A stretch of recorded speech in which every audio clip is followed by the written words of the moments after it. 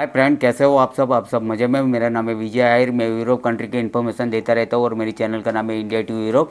तो दोस्तों, आज का मेरा टॉपिक है क्रोएशिया कंट्री पे। जो क्रोएशिया कंट्री में जो फ्रॉड चल रहा है, तो उस फ्रॉड के बारे में मैं बताना चाहता हूँ कि मेरे कोई दोस्त का जो मुझे अभी एक work permit offer letter check करने के लिए आया था, तो मैंने आगे चेक करवाया और ऑफर लेटर वर्क परमिट जो मैंने देखा, तो ऑफर लेटर वर्क परमिट एकदम फेक था।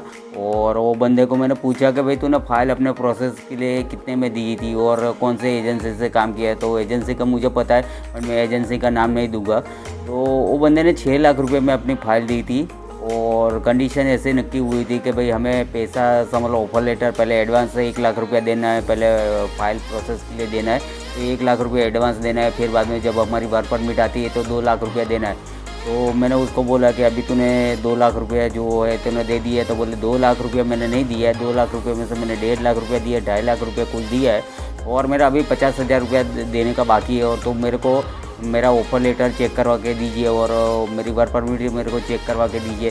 तो मैं दोस्तों ये बताना चाहता हूँ कि ठीक है, चलो उसने दिया अपने offer letter work permit check करवाने के लिए दिया मेरे को और मैंने चेक करवाया, तो वो work permit offer letter fake था। तो दोस्तों, मैं ये बताना चाहता हूँ कि आप लोग है ना, जहाँ विदेश जाने के चक्कर में इतने अंधे हो जाते हो ना कि कुछ भी नहीं देखते, ना एजेंसी देखते, ना उसका काम देखते हैं, ना अभी तक कितने बंदे भेजे।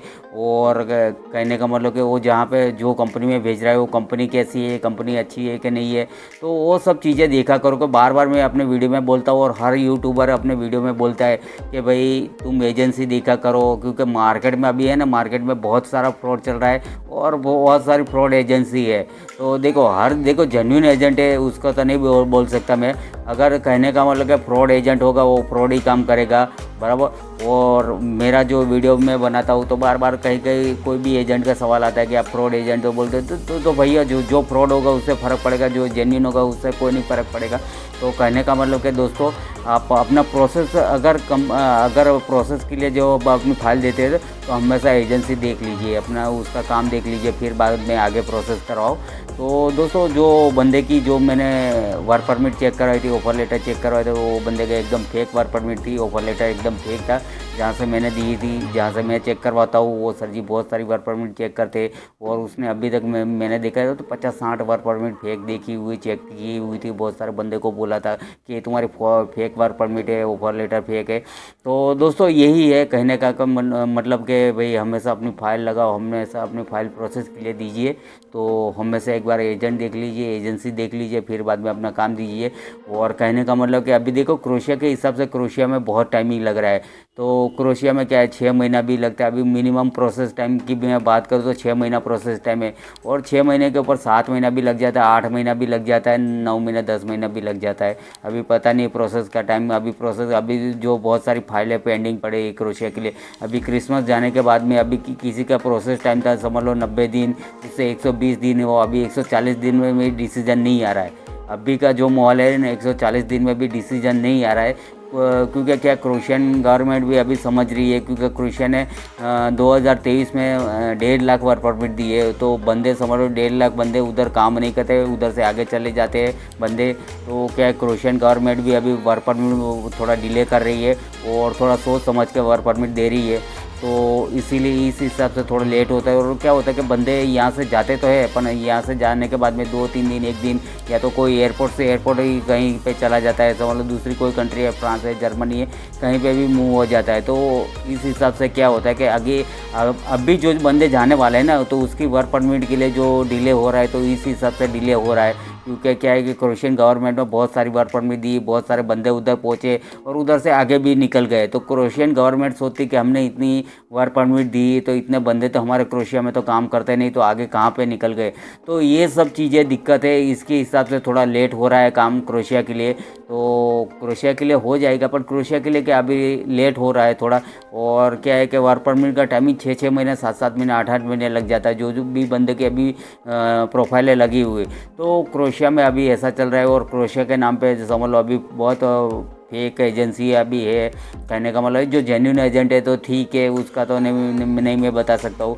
अभी क्या है कि बहुत सारे एजेंट फेक वर्क परमिट देते हैं, फेक ऑफर लेटर देते हैं। तो मेरा कहने का मतलब ऐसा है कि दोस्तों कि हमेशा आप कहीं भी कोई भी कंट्री के लिए वर्क परमिट के लिए अप्लाई करते हो तो जैसे पहला ही डॉक्यूमेंट जैसे आपका आता है, जैसे ऑफर लेटर आपका आता है, तो हमेशा एक बार चेक करवा लीजिए किसी के पास से।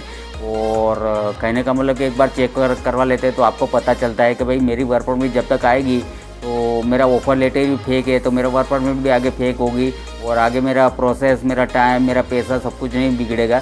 तो उससे अच्छा कि पहला ही जब डॉक्यूमेंट आता है तो वो हमेशा पहले चेक करवा लीजिए। और क्या होता है कि पहला डॉक्यूमेंट आएगा तो चेक करवा लोगे तो आपको पेमेंट भी देना होता है, तो पता चल जाता है कि भाई बंदा को मैंने अभी तक कितना पेमेंट दिया है, तो मुझे रिफ़ंड लेना है या तो मुझे देना ही नहीं है या तो मुझे उसके पास में काम ही नहीं करवाना, तो ये आपको पता चल जाता है। तो क्रोशिया के लिए बेस्ट ऑप्शन है कि आपका ऑफ़र लेटर चेक करवा लीजिए। अगर ऑफ़र लेटर भी चेक नहीं करवाते तो जब भी आपकी वर्क परमिट आती है तो समझ लो कि क्रोशियन जो गवर्नमेंट है वो पुलिस स्टेशन को, पुलिस वाले को ऑथोराइज पुलिस वाले हैं, क्योंकि वर्क परमिट पुलिस वाले ही वर्क परमिट निकालते हैं और पुलिस स्टेशन से निकलती है। तो आपका जो भी पुलिस स्टेशन आता है, कहने का मतलब कि जो वर्क परमिट आती है उसके ऊपर पुलिस स्टेशन का एड्रेस है, ईमेल आईडी और नंबर भी लिखा होता है। वो नंबर पे कांटेक्ट कीजिए और वो पुलिस स्टेशन में बोलिए कि मेरी वर्क परमिट सही है कि फेक है, तो उधर से या तो मेल कर दीजिए, तो मेल पे आपको रिप्लाई आ जाएगी, या कॉल कर सकते हैं तो कॉल कर दीजिए। तो ये सब कुछ करने के बाद में आपको पुलिस स्टेशन के बाद में 2-3 दिन के बाद में रिप्लाई आ जाएगी कि भैया ये वर्क परमिट फेक है, आपकी जेन्युइन है। तो क्या होता है कि जैसे वीएसएफ के लिए हमें जो सबमिशन करवाना था है, और वीएसएफ सबमिशन करवाने के लिए हमें डेट लेनी होती है, वीएसएफ सबमिशन करवाना था। और वीएसएफ भी आपको पता है कि समझ लो आपकी फाइल सबमिशन कराने से, फाइल सबमिशन के बाद में भी समझ लो 120 दिन के बाद में, 130 दिन के बाद में, 40 दिन के बाद में डिसीजन आता है। तो उतना दिन आपको वेट नहीं करवाना पड़े, 4 महीने 5 महीने वेट नहीं करना पड़े, और आपको पता चल जाए कि भाई आपकी वर्क परमिट फेक है, आपका ऑफर लेटर फेक है।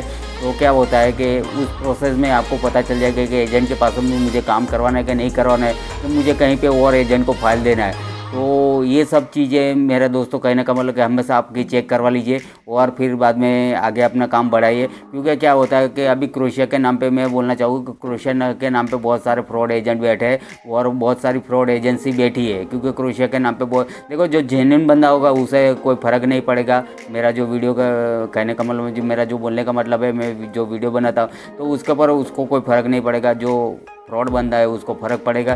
तो कहने का मतलब कि जो दोस्त ने पैसा दिया था, कहने का मतलब कि 3 लाख रुपया दिया था समथिंग, तो उसको 3 लाख, वो यहाँ पे इंडिया में 10,000 रुपया कमाता है, 10,000 15,000 कमाता है, तो वो 3 लाख रुपया उसको रिकवर करते 2 साल लग जाएंगे।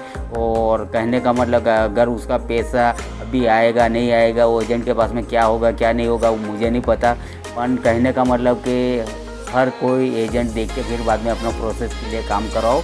और कहने का मतलब कि देखो प्रोसेस में टाइमिंग लगता है क्रोशिया के लिए, पोलैंड के लिए, तो आप दूसरी कोई भी कंट्री अप्लाई कर सकते हो, क्योंकि 5 महीने 6 महीने में कहीं पे भी वीज़ा आता है तो वो कंट्री अप्लाई कर लीजिए, क्योंकि प्रोसेसिंग टाइम अभी क्रोशिया में ज़्यादा लग रहा है। तो उसके हिसाब से आप दूसरी भी बहुत सारी कंट्री है कि जो बहुत सारा 3 महीने 4 महीने में वीज़ा देता है और वर्क परमिट भी समझ लो 45 दिन में आ जाती है, तो ऐसे कोई कंट्री अप्लाई कर लीजिए। तो दोस्तों आज का मेरा टॉपिक यही था, कहने का मतलब यही था कि हमेशा अपनी वर्क परमिट और ऑफर लेटर चेक करवा लीजिए। और हमेशा कोई भी फाइल लगाते हो कोई भी एजेंट के पास है, उससे पहले आप हमेशा चेक करवा लीजिए, क्योंकि वो आपके लिए अच्छा होगा। आपको डिसीजन पता चलेगा कि मुझे आगे पेमेंट करना है कि नहीं करना है, कि मेरे एजेंट फेक है कि मेरे एजेंट सही है कि नहीं सही है, तो वो सब चीज़ प्रोसेस में आपको पता चलेगा। तो आज का टॉपिक मेरा यही था। तो दोस्तों आपको मेरा वीडियो अच्छा लगता है तो सब्सक्राइब लाइक कर लेना। आप सबको मेरा नमस्कार।